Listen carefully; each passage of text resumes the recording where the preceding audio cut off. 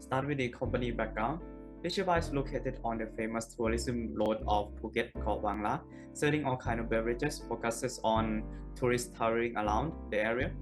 The bar is open every day from 7 p.m. to 2 a.m. So the problem is Lichibai struggling with excessive hiring by hiring too many workers.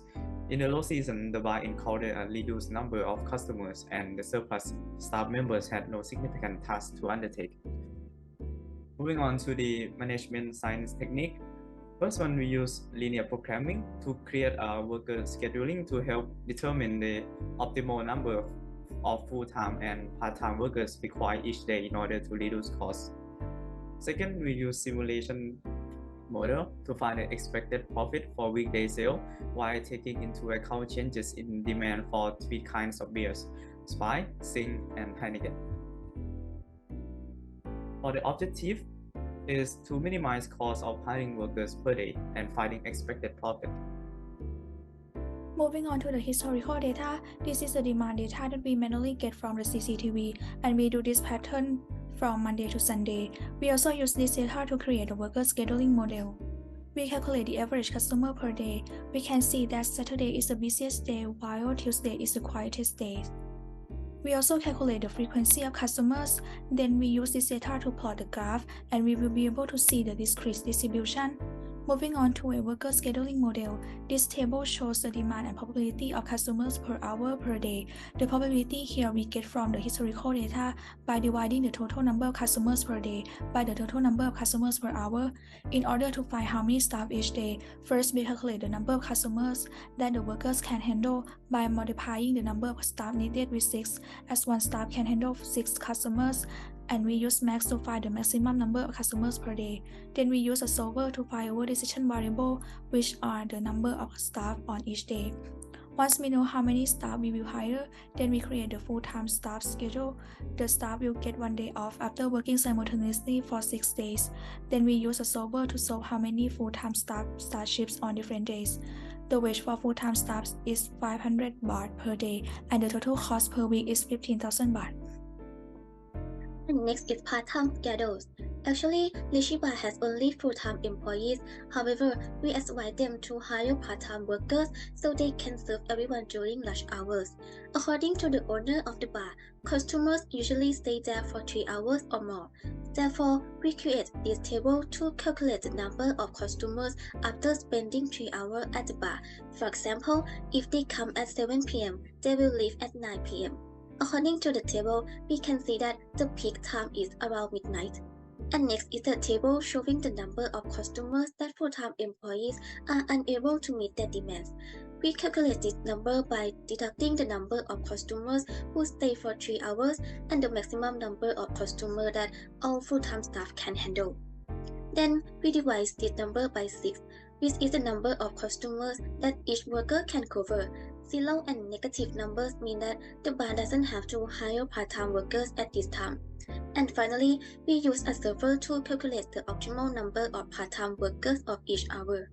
The wage for part-time workers is 55 baht per hour, and total cost per week is around 6,000 baht.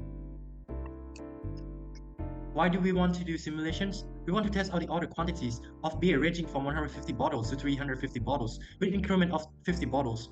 Richie bar frequently overstock or understock their beer, and this leads them to hold them as an inventories of beer that the bar would rather sell. As there are also costs of holding inventories. Since there are wide varieties of beverage on the menu, we can't accurately predict the numbers of customers as well as how many drinks they are going to orders. We are going to solely focus on the 3 best-selling beverage. From this model, we are testing only on a weekday. Since the weekend the bar is always lively, one of the assumptions for this model would be that every customer order the same amount of drinks, since it's really hard to track each individual client in the stores. Next, we're going to talk about the input. For the input, we have the cost of goods sold for Spy, Singha, and Heineken, which is 30, 35, 40 baht respectively. The selling price are 120 baht, 79, and 99, sold from Spy, Singha, and Heineken. Additionally, if the inventories is not enough, the deficit costs and holding costs will incur, which we will explain further in the output. So our first distribution will be on the number of customers. We decide to use the discrete distribution from our past demand. The reason for this is because when historical data is visualized as a graph, the number of customers is not symmetric, but it is actually pretty skewed and tends to be pretty bumpy. With this, we cannot find any distinct distribution that matches our graph. Therefore, to guarantee the best accuracy, we decide to use the discrete distribution as reflected from past historical data. According to corporate finance institutes, the discrete uniform distribution is often used as an inventory management as sales are always changing. We knew from the owners that customers tend to order in ranges. The customer tend to order SPY from 1 bottle to 3 bottles, while Singha and Heineken from 1 to 4. So it justified the use of the discrete uniform distributions since we are also dealing with the inventory turnovers. For the output of the simulation would be the expected revenue, costs, and profits, while taking into the account of possible changes in things such as demands for each beer as well as holding costs. Deficits are for when supply do not meet with demands, but we would also like to sell up to the demand, in which we would buy the missing beers from the nearby store, which will cost higher than wholesale. The store prices are as follows: 35 baht for SPY, 62 for Sing, and 72 for Heineken. And therefore, this will result in a loss of profits as the cost will increase. For the holding costs, as we mentioned before about overstocking, the holding costs will incur if the demand is less than the supply, which we will store as in inventories. The holding cost will be standard of 20% of the cost per bottle, which are 6 baht for SPY, 7 for Singha, and 8 for Heinekens. For the leftovers, we use the max functions and the difference between the orders and the drink sales. And we calculate the holding cost by multiplying the leftovers and the holding costs. And next, we're going to talk about the suggestions and the expected results. So came to the last part of our presentation, which is result and suggestion. So from what we know, the company currently pay all waiter and waitress at the same rate of 9,000 baht per month, and with 13 employees, this caused the bar to lose some money during the low season. With the worker schedule that we came up with, to change the system from paying monthly to daily with an increase in the payroll to 500 baht per day and reduce the full-time worker to only 5 people, which would cover all customers most of the time. And for the number of customers that our full-time employees can manage to take care of, the bar can hire an on-call employees to fill up the role according to the number of customers.